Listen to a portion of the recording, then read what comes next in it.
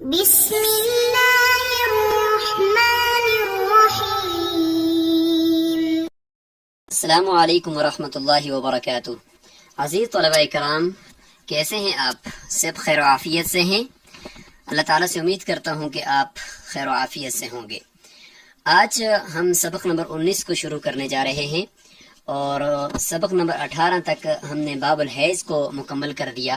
اور اس کے اندر حیض کے مسائل، استحاضہ کے مسائل، اور اس کے ساتھ ساتھ آخر میں نفاس کے مسائل کو ہم نے ڈسکس کیا۔ تو آج کا جو سبق ہے، آج کے سبق میں ہم انشاءاللہ نجاستوں سے پاکی کا بیان، باقاعدہ اس باب کو شروع کر رہے ہیں، جس کا نام ہے باب الانجاس۔ انجاس یہ نجس کی جمع ہے، اور نجس پلیدی، گندگی، کوئی بھی گندی چیز جس کو ہماری طبیعت گندی سمجھتی ہے، اور غلاظت ہم اس کو کہہ سکتے ہیں، جیسے کہ پیشاب ہے، پاخانہ ہے، یا اسی طریقے سے جانوروں کا پیشاب ہے، جو بھی چیز جس کو ہم ہماری طبیعت اس کو غلیظ سمجھتی ہے، گندی سمجھتی ہے، تو اس کو ہم نجاست کہتے ہیں۔ اور ہمارے یہ الفاظ جو اردو کے اندر ہم بولتے ہیں یا مختلف زبانوں کے اندر بولتے ہیں، تو اس میں بھی اس کو یہی لفظ کہا جاتا ہے، نجاست۔ یہ چیز نجس ہے، یہ چیز گندی ہے۔ تو آج ہم ان چیزوں کا بیان پڑھیں گے، اور جیسے کہ آپ حضرات کو معلوم ہے کہ پچھلے ابواب کے اندر ہم نے باب الحیض سے تک جو ہے وہ ان نجاستوں کے سے پاکی کا بیان پڑھا ہے جو حکمی نجاستیں تھیں۔ مثال کے طور پر وضو تھا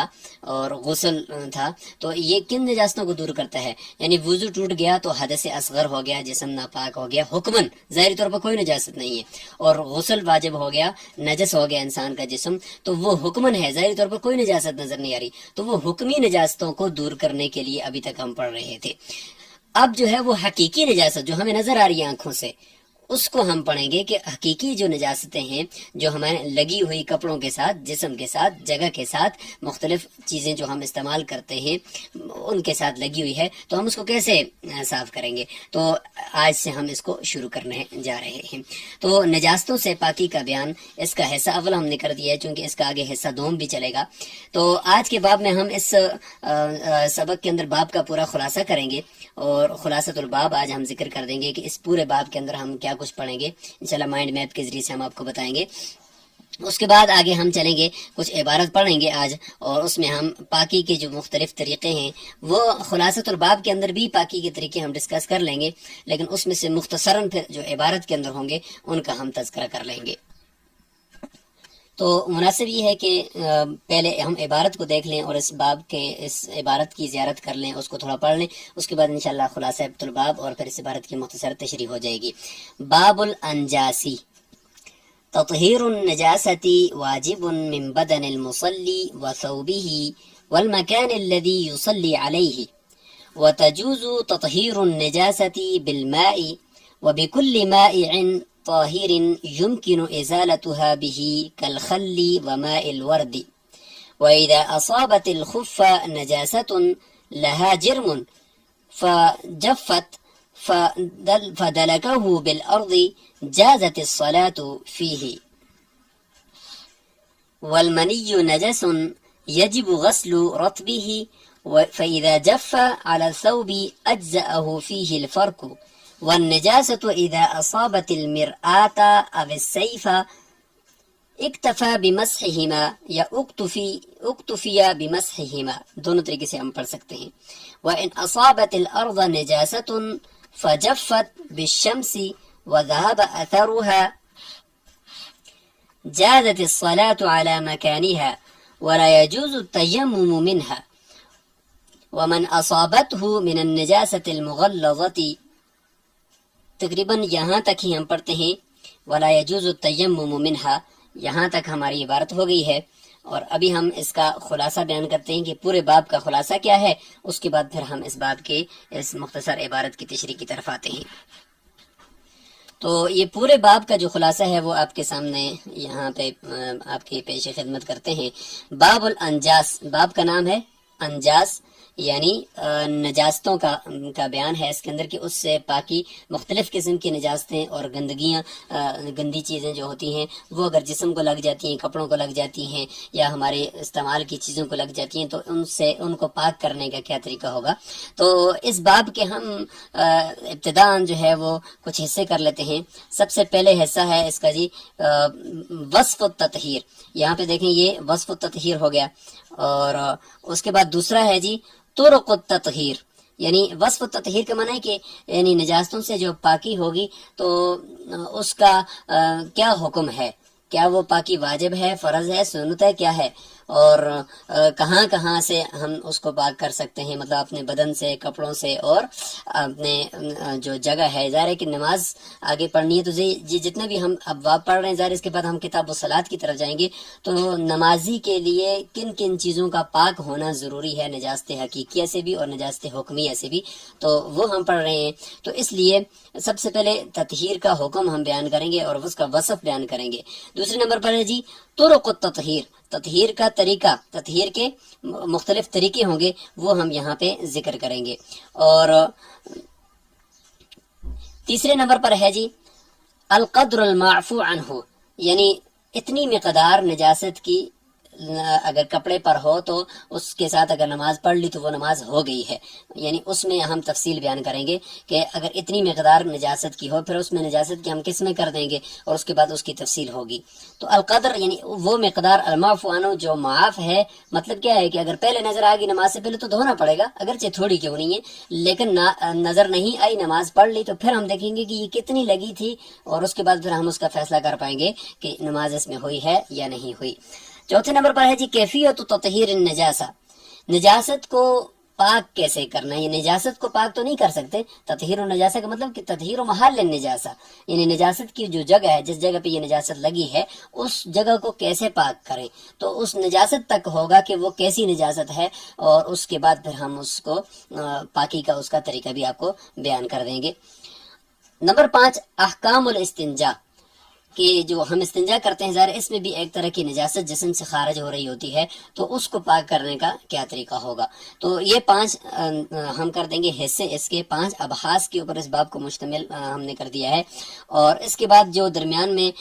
جو دوسری قسم تھی اس کی طرق التطہیر، تو اس طرق التطہیر کے اندر تطہیر کے مختلف قسم کے طریقے ہو سکتے ہیں۔ ایک تو ہے طرق التطہیر، اور ایک ابھی ہم نے آپ کے سامنے بیان کیا کیفیت تطہیر النجاسہ، کہ نجاست کو پاک کرنے کی، محال کو پاک کرنے کی کیفیت کیا ہوگی۔ یہ کیفیت الگ چیز ہے، اور پھر جو طریقے ہیں مختلف چیزوں کے پاک کرنے کے وہ الگ ہیں۔ تو یہ کیفیت کے اندر یہ آئے گا کہ نجاست کیسی ہے، موٹی ہے اور جسم والی ہے، تو اس کا پاک کرنے کا طریقہ یہ ہوگا کہ اس کو زائل کرنا ہے مثال کے طور پر، اور اگر وہ مائع شکل میں ہے، لیکوڈ ہے، تو اس میں پھر یہ ہے کہ اس کو پاک کرنے کا ایک الگ حساب ہوگا۔ تو یہ کیفیت تطہیر نجاسہ کے اندر یہ چیز کیفیت بیان ہوگی، جبکہ طرق تطہیر کے اندر جو بیان ہوگا وہ یہ ہوگا کہ مختلف چیزوں کو پاک کرنے کے مختلف طریقے ہیں۔ تو دنیا میں تو کروڑوں چیزیں ہیں، اور ان کو پاک کرنے کی بھی پھر اتنے طریقے ہوں گے۔ تو مختصراً ہم نے یہاں پہ کل 16 طریقے لکھے ہیں کتاب کے اندر، ان میں سے صرف 5 طریقے جو پہلے ہم نے ذکر کر دیے ہیں، یہ 5 طریقے کتاب کے اندر مذکور ہوں گے۔ باقی جو طریقے ہیں وہ ہم نے یہاں پہ جو جدید جو ہمارے سامنے نجاست سے پاکی کی جو چیزیں ہیں تو ان کو دیکھنے سے ہمارے سامنے آئے ہیں۔ تو سب سے پہلا طریقہ آپ کے سامنے ہے یہاں پر، وہ ہے دہنا۔ یعنی سب سے پہلے یہ ہے کہ دہنا، کہ جو بعض چیزیں ایسی ہوں گی کہ ان کے ساتھ اگر نجاست لگی ہے، مثال طور پر کپڑے ہیں یا ہمارا بدن ہے، تو وہ دھونے سے ہی پاک ہو سکتا ہے۔ ظاہر ہے کہ جو نجاست اس کے اوپر لگے گی تو اس کو اس کے علاوہ کوئی اور اس کا طریقہ نہیں ہے۔ تو یہ ہو گیا دہنا۔ اور دوسرا ایک طریقہ ہے بعض چیزوں کو پاک کرنے کا، وہ ہے رگڑنا۔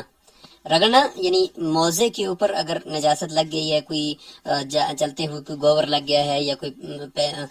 جسم والی نجاست ہے اور وہ مطلب پاخانہ لگ گیا ہے، اب آپ نے اس کو زمین کے اوپر اتنا زور سے رگڑا کہ اس کے اوپر سے وہ نجاست بھی زائل ہوگی اور بدبو بھی زائل ہو گئی، تو اس سے آپ اس موزے کے اندر نماز پڑھ سکتے ہیں۔ اس طریقے سے جوتا ہے، جوتے کے نیچے اگر تلوے کے اوپر کچھ لگ گیا تو وہ نجاست، تو آپ نے اس کو صحیح طریقے سے زمین پہ رگڑ دیا تو اس سے وہ پاک ہو جائے گا۔ نمبر 3 کھرچنا۔ منی وغیرہ اس میں تو یہ کہ گزشتہ جو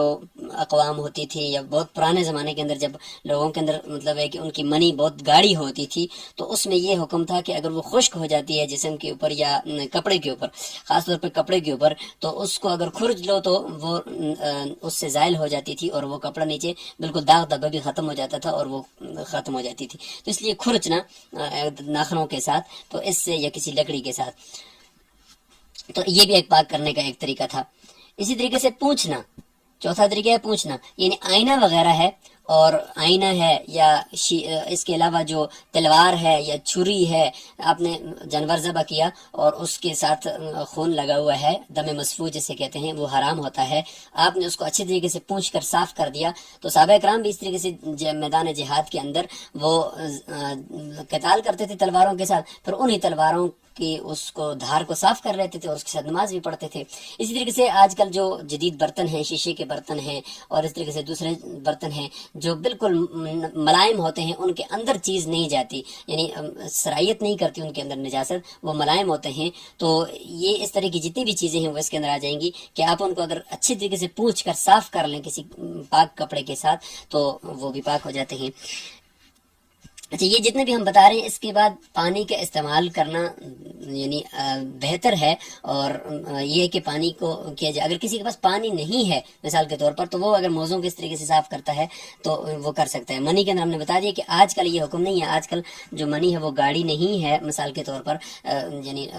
جو ہی زمانہ بدل رہا ہے تو طاقتیں وہ نہیں رہی، خوراکیں وہ نہیں رہی، تو اس کی وجہ سے وہ گاڑی نہیں ہے، تو جس کی وجہ سے اس کو کھرچنے سے وہ نہیں ہوگا، بلکہ یہ ہے کہ خشک ہونے کی وجہ سے بھی اس کو کپڑے سے دھونا ہی پڑے گا. نمبر 5، خشک ہو جانا، یعنی زمین ہے، دیوار ہے، اینٹ ہے، اس کے اندر یہ کہ زکوٰۃ الارض یبسھا حدیث ہے کہ اگر زمین کے اوپر نجاست گر گئی ہے یا وہ پاخانہ ہے یا گوبر ہے اور وہ وہاں سے بارش کی وجہ سے زائل ہو گیا اس کا اثر اور وہ خشک ہو گئی ہے وہ جگہ، تو اب نظر نہیں آ رہا گوبر پڑا ہوا اور وہ زمین بھی خشک ہو گئی ہے، تو اس کا خشک ہو جانا، اس دیوار کا خشک ہو جانا، یعنی زمین اور زمین کے ساتھ متصل جڑی ہوئی جو پکی جو جڑی ہوئی مثلا درخت ہے، دیوار ہے، یہ جتنی بھی چیزیں اس کے ساتھ متصل ہیں وہ ساری اسی کے حکم میں ہیں کہ جب وہ خشک ہو جائیں گی تو پاک ہو جائیں گی. 6 نمبر پر ہے جلانا، یعنی گوبر ہے، اس کی جو ٹکیاں بنا کر لوگ اس کو جلا رہے ہوتے ہیں کہ جہاں پہ لکڑیاں نہ ہوں، تو اس کو جو جلایا جاتا ہے تو اس کے جلانے سے اگر کچھ وہ خاک وغیرہ ملتی ہے تو وہ پاک ہو جاتی ہے، کیونکہ اس کی حقیقت ہی تبدیل ہو چکی ہے. یہ جس طرح ساتھ میں ہے کہ انقلاب ماہیت کی ایک چیز کی جو حقیقت ہے اس کے اندر جو انگریڈینٹس ہیں، اس کے جو اجزاء ہیں، وہ سارے بدل کر ایک نئی چیز کی شکل اختیار کر گئے ہیں، تو یہ انقلاب ماہیت ہے. قلب ماہیت اس کو کہا جاتا ہے کہ ماہیت یعنی اس چیز کی حقیقت ہی چینج ہو گئی ہے. جس کی سرکہ ہے، شراب تھی، اور شراب تو بالکل اس کا قطرہ بھی حرام ہے، اگر کپڑوں کے ساتھ لگ جائے تو اسی طریقے سے نجس ہے جس طرح پاخانہ، لیکن یہ کہ اس سے آپ نے سرکہ بنا دیا، اب وہ سرکہ پاک ہے، اب اس کو استعمال کر سکتے کیونکہ وہ شراب کے تمام اجزاء جو ہے وہ سرکے کی شکل اختیار کر گئے ہیں. اس طریقے سے اس کی بہت ساری مثالیں اور بھی ہیں. اسی طریقے سے ہم چلتے ہیں 8ویں قسم کی طرف، اور 8ویں قسم ہے دباغت. جس طریقے سے چمڑے کو دباغت دیتے ہیں، ہم نے پہلے پڑھ لیا کہ چمڑے کو دباغت دیں تو اس کو یعنی نمک وغیرہ لگا کر اس کو، اور اس طریقے سے مشینی طریقے سے بھی دباغت دی جاتی ہے. اس کے اندر سے جو اجزاء ہیں، اس کی جو رطوبت ہے اس کو خشک کیا جاتا ہے، تو وہ چمڑا اگرچہ حرام جانور کا کیوں نہ ہو وہ پاک ہو جاتا ہے. اس طریقے سے نمبر 9، ذبح کرنا، یعنی اگر جانور ایسا ہے کہ مطلب حلال تھا لیکن مردار ہو گیا، آپ نے ذبح نہیں کیا وہ ہو گیا، یا اس طریقے سے مردار کوئی حرام جانور ہے، آپ کو اس کا چمڑا چاہیے، آپ اس کو استعمال کرتے ہیں، کسی کام میں لاتے ہیں، تو اگر اس جانور کو آپ جو شرعی طریقے سے ذبح کرتے ہیں تو گوشت تو اس کا نہیں کھا سکتے،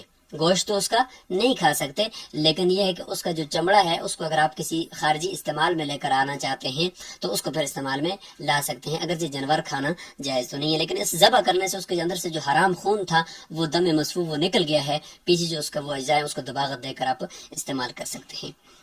نمبر 10، ناپاک چیز کا نکالنا. مثلا ایک کنویں کے اندر ناپاک پانی ہے تو آپ دیکھیں کنویں کو پاک کرنے کا کیا طریقہ ہم نے پڑھا تھا کہ اگر اس سے وہ ناپاک پانی کو آپ نکال دیں تو پیچھے کنواں خود بخود پاک ہو جائے گا، اس کی دیواریں بھی پاک شمار ہوں گی، اس کا کیچڑ بھی جو نیچے پڑا ہوا ہے یا اس کے نیچے جو ریت وغیرہ ہے اس کی سارا کچھ فرش وغیرہ وہ پاک شمار ہوگا. تو یہ بھی ایک پاک کرنے کا، نجاستوں سے پاکی کا ایک سمجھنے کی ایک طریقہ ہے. تو یہ مختلف چیزوں کے مختلف پاک کرنے کے طریقے ہیں.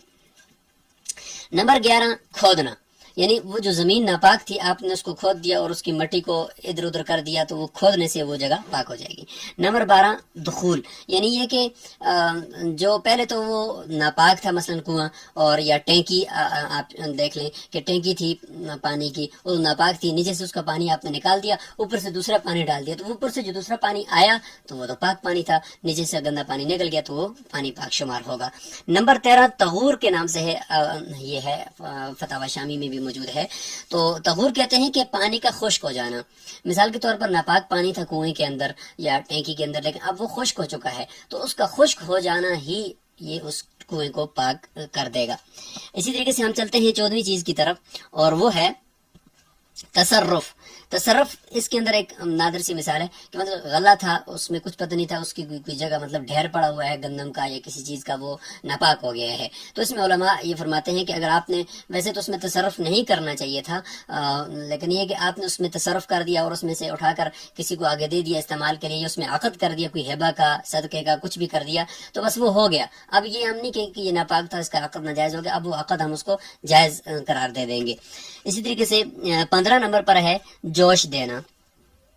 ایک چیز تھی وہ ناپاک تھی اور آپ نے اس کو ابال دیا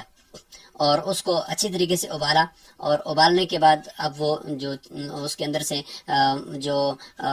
ناپاکی تھی وہ ختم ہو جائے گی۔ مثال کے طور پر آئل ہے، سرسوں کا آئل ہے یا پکانے کا جو آئل ہوتا ہے وہ ناپاک ہو گیا ہے، اس کے اندر کچھ چیز ناپاک گر گئی ہے، تو آپ اس کو اس کے اندر اتنا پانی ڈالیں اور اس کے بعد اس کو ابالیں اور جوش دیں، تو اس میں سے جو ہے آئل اوپر نکل آئے گا اور پانی کو الگ کیا جا سکتا ہے اس میں، تو وہ اس طریقے سے پاک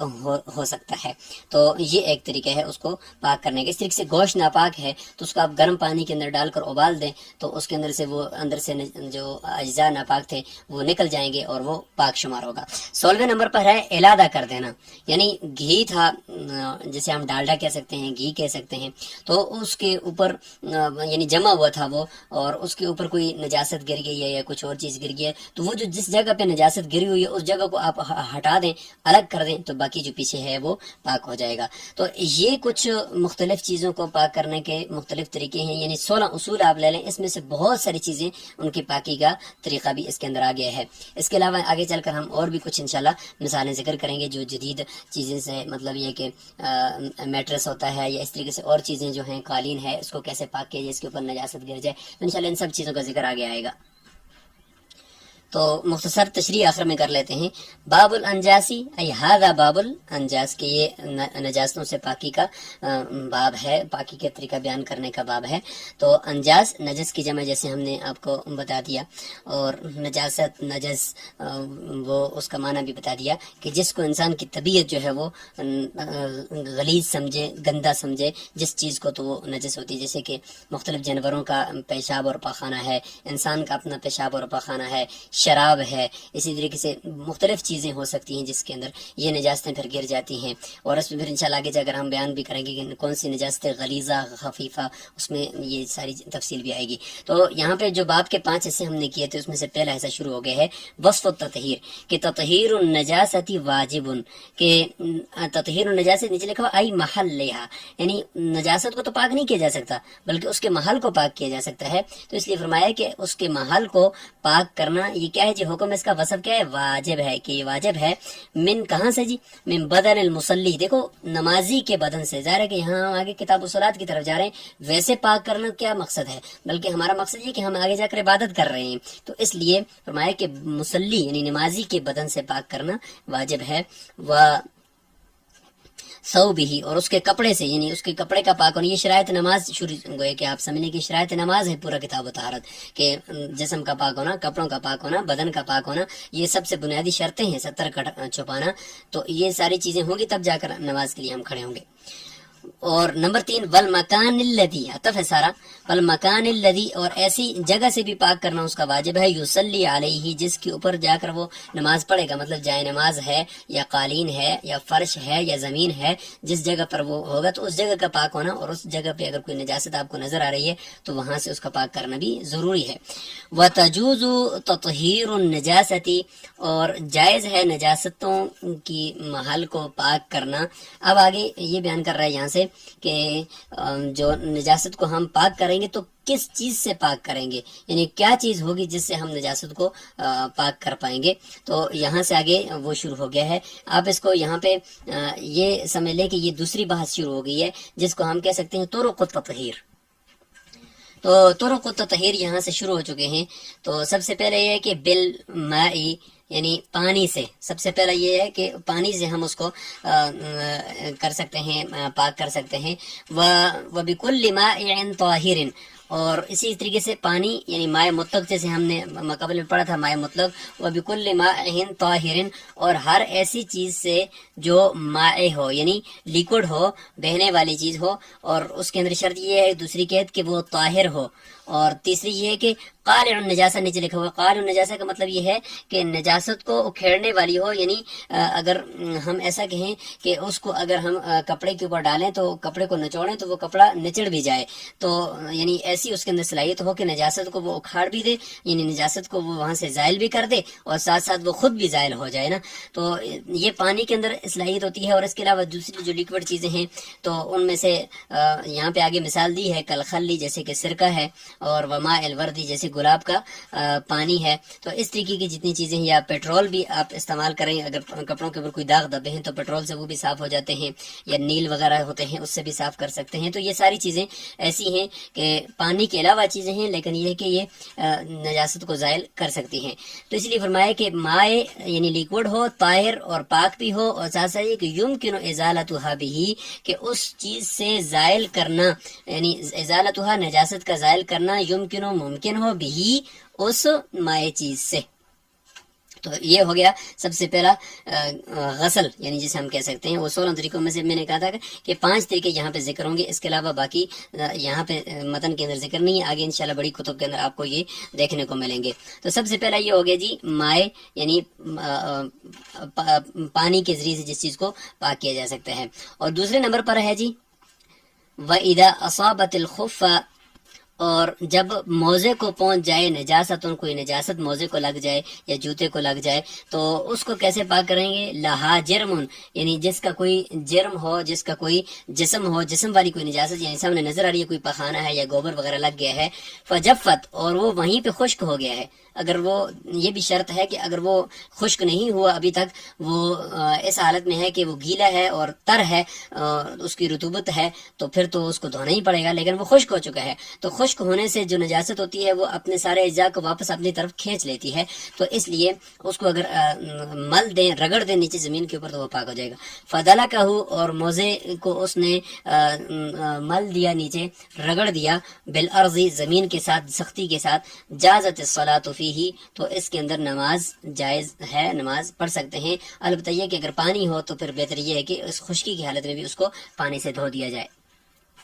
تیسرے نمبر پر آ گیا جی کھرچنا، یعنی ایسی نجاست کا ایک طریقہ ہے کہ جو اگر نجاست لگی ہوئی ہو تو اس کو کھرچنے سے بھی وہ پاک ہو جاتا ہے، لیکن میں نے اس میں تفصیل بیان کر دی ہے. جیسے کہ والمنی، جو یعنی مرد حضرات کی جو منی ہوتی ہے تو وہ ناپاک ہے. ظاہر ہے کہ اس میں ائمہ کا اختلاف بھی ہے. احناف کے نزدیک یہ ناپاک ہے اور امام شافعی رحمۃ اللہ کے نزدیک یہ پاک ہے. تفصیل انشاءاللہ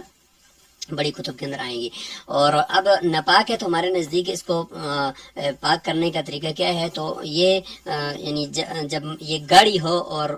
جسم کے اوپر یا کپڑے کے اوپر جب لگی ہوئی ہو تو اس کا ایک اوپر سے ایک تہ سی بن جائے، تو پھر اگر وہ تر ہے تو یجب غسل رطبہ، تو کہتے ہیں کہ نجس ہے، لیکن اگر یہ تر ہے، رطب کہتے ہیں تر کو، تو اس منی کے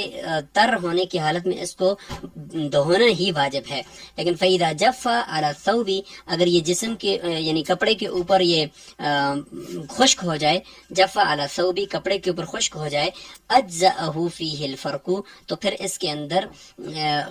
فرق کہتے ہیں کھرچنے کو، تو